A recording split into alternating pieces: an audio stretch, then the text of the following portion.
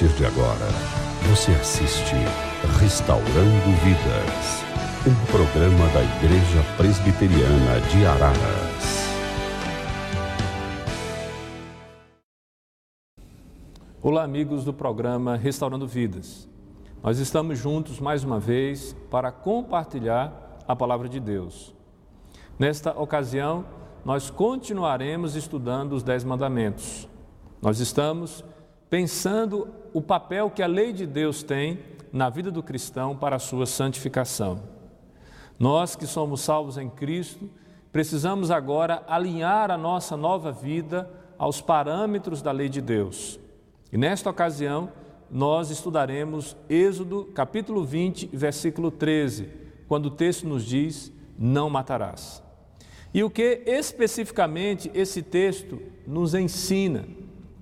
O Senhor Jesus, tratando desse texto, em Mateus capítulo 5, do verso 21 ao verso 24, já nos dá uma noção sobre isso. Olha só o que ele nos diz. Vocês ouviram o que foi dito aos seus antepassados, não matarás. E quem matar está sujeito a julgamento. Mas eu lhes digo que qualquer que se irá contra seu irmão estará sujeito a julgamento. Também qualquer que disser a seu irmão, raca, será levado ao tribunal. E qualquer que disser louco, corre o risco de ir para o fogo do inferno. Portanto, se você estiver apresentando sua oferta diante do altar e ali se lembrar de que seu irmão tem algo contra você, deixe a sua oferta ali diante do altar e vá primeiro reconciliar-se com seu irmão. Depois volte e apresente sua oferta. A Escritura nos trata de uma maneira muito enfática, especificamente aqui na fala do Senhor Jesus, que não há como mantermos comunhão com Deus odiando. Temos que buscar a paz com todos os homens. O sentido do 6º mandamento é Deus dizendo a nós que nós não devemos matar. Ou seja, que nós devemos trabalhar, nos esforçar para preservar a vida. Como soberano, Senhor de todas as coisas, sendo Ele o autor da vida, somente Deus pode tirá-la. E esse mandamento nos abre a possibilidade de enxergar ainda mais além nas nossas relações. Porque nem sempre nós estamos assassinando alguém, mas as nossas motivações e as nossas ações podem nos levar a isso. Por exemplo, situações como ódio, que leva ao desejo de vingança, ambição desenfreada, banalização da vida, autocomiseração, ou seja, o ato ou efeito de sentir pena de si mesmo. Todas estas coisas potencializam a nossa capacidade destrutiva. O ódio que nós temos, ou a capacidade de odiar, ele pode se transvestir de diferentes maneiras, tanto na fúria, como na indiferença, no trato polido e ainda disfarçado de amabilidade. Nós precisamos, então, tomar bastante cuidado com os sentimentos e com as emoções que se processam dentro do nosso coração. Porque quando nós damos vazão ao nosso ímpeto destrutivo, a Escritura deixa claro que nós podemos ferir mortalmente as pessoas. Ora pela agressão física, ora pela agressão moral, psíquica e espiritual. Mesmo que nós reconheçamos que nós temos inimigos sobre a terra, as Escrituras nos recomendam a buscar a paz com todos, depositando as nossas causas na mão de Deus, que julga retamente. A palavra de Deus em Romanos capítulo 12, versículo 17 ao 21 nos diz isso. Não retribua a ninguém mal por mal. Procurem fazer o que é correto aos olhos de todos. Faça todo o possível para viver em paz com todos. Amados, nunca procurem vingar-se, mas deixem com Deus a ira, pois está escrito, minha é a vingança, eu retribuirei, diz o Senhor. Pelo contrário, se o seu inimigo tiver fome, dê-lhe de comer. Se tiver sede, dê-lhe de beber. Fazendo isso, você amontoará brasas vivas sobre a cabeça dele. Não se deixe vencer pelo mal, mas vence o mal com o bem. Ainda em Hebreus, capítulo 12, versículo 14 e 15, a Escritura nos diz: esforcem-se para viver em paz com todos e para serem santos. Sem a santidade ninguém verá o Senhor. Cuidem que ninguém se exclua da graça de Deus, que nenhuma raiz de amargura brote e cause perturbação, contaminando a muitos. O que nós aprendemos em todos esses trechos da Escritura é que o ódio produz obsessão, distanciamento, doença emocional e espiritual. E muitos se encontram doentes dessa maneira em nossos tempos. Uma outra questão digna de nota que nós poderíamos trazer à luz desses trechos é que o sexto mandamento implica em que não devemos fazer mal também a nós mesmos. Isso coíbe tanto o ato de suicídio como o desequilíbrio com o cuidado pessoal, que é tão comum em nossos dias. E a pergunta é: o que eu devo fazer para preservar a minha própria vida à luz da palavra de Deus? Algumas práticas podem ser associadas a essa ordem divina e eu gostaria de relacionar para você. Primeira, administre corretamente as suas emoções. Não deixe que o ódio tome conta da sua vida. Não deixe que a amargura, o ressentimento. Aprenda em Cristo a perdoar aquele que te ofende. Segundo, alimente-se adequadamente. Nós estamos vivendo uma época onde nós somos dados aos excessos. O excesso de açúcar, de sal, de gordura. Nós comemos desenfreadamente. E isso é algo extremamente prejudicial à nossa saúde. Portanto, aprenda a comer equilibradamente, comer pouco, comer variadamente, comer todos os grupos alimentares, ser capaz de comer com moderação. Terceiro, exercite-se. Aprenda a ter uma prática diária de exercícios físicos. Não se entregue ao sedentarismo. Isso pode trazer várias consequências destrutivas à sua qualidade de vida. Quarto, dormir o suficiente. Durma a quantidade de horas necessárias para que o seu corpo reestabeleça o equilíbrio.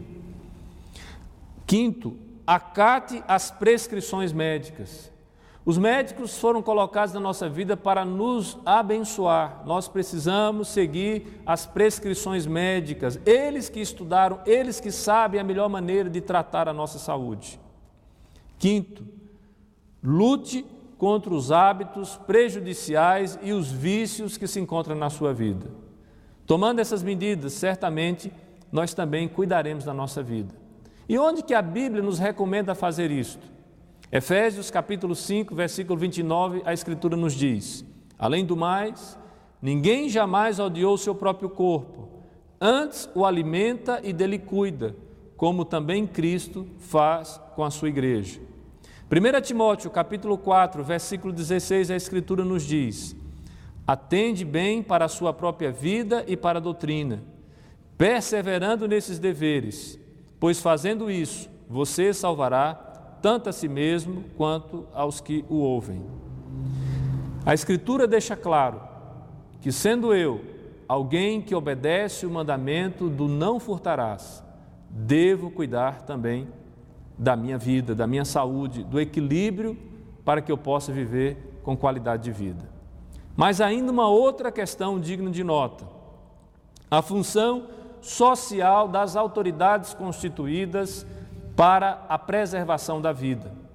A Escritura deixa claro que as autoridades constituídas receberam a incumbência de manter a ordem social.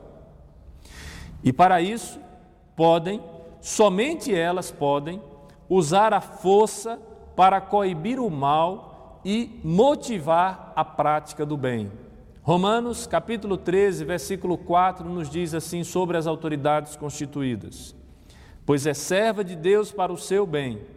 Mas se você praticar o mal, tenha medo, pois ela não porta a espada sem motivo. É serva de Deus agente da justiça para punir quem pratica o mal. E aí nós podemos já fazer uma aplicação precisa de todos esses conceitos que foram apresentados nesta ocasião para você, em cima da pergunta: o que Deus exige no 6º mandamento? E a resposta, de acordo com o Catecismo de Heidelberg, na sua pergunta 105. Que eu não devo desonrar, odiar, ferir ou matar meu próximo, seja eu pessoalmente ou por meio de outros, mas que devo abandonar todo desejo de vingança.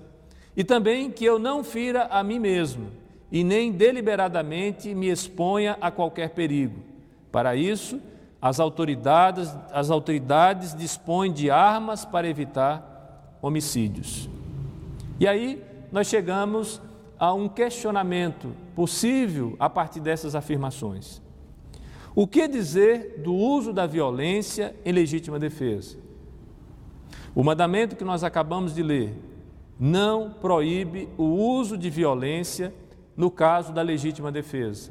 Não é à toa que a nossa legislação, o nosso Código Penal, também contemple essa realidade, que diante da ação de legítima defesa, quando a legítima defesa é devidamente configurada e estabelecida, aqueles que fazem uso da violência para a defesa da própria vida, ou para a defesa da vida daqueles que estão à sua responsabilidade, ou no exercício ou no cumprimento do seu dever, essas pessoas não são punidas por conta de agir desta maneira. Então vejamos que na própria legislação acaba havendo uma confirmação daquilo que é um parâmetro maior do que a legislação brasileira, do que o seu Código Civil, que é a lei de Deus. Mateus, capítulo 24, versículo 43, a Escritura vai nos dizer: mas entendam isto, se um dono da casa soubesse a que hora à noite o ladrão viria, ele ficaria de guardar e não deixaria que a sua casa fosse arrombada. O Senhor Jesus se refere aqui a um pai de família que, se soubesse da vinda do ladrão, tomaria as providências para vigiar e proteger a sua casa. Portanto, nós precisamos, entendendo esse mandamento, guardarmos de sentimentos e atitudes e hábitos e comportamentos que sejam destrutivos à preservação da vida humana. Quais são então os deveres exigidos no 6º mandamento? Vamos então recapitular. A justa defesa da vida contra a violência, a paciência em suportar a mão de Deus, o sossego de espírito, a alegria de coração e o uso sóbrio da comida, da bebida, de remédios, do sono, do trabalho e dos recreios. Pensamentos caridosos, amor, compaixão, mansidão, benignidade, bondade, comportamento e palavras pacíficas, brandas e corteses.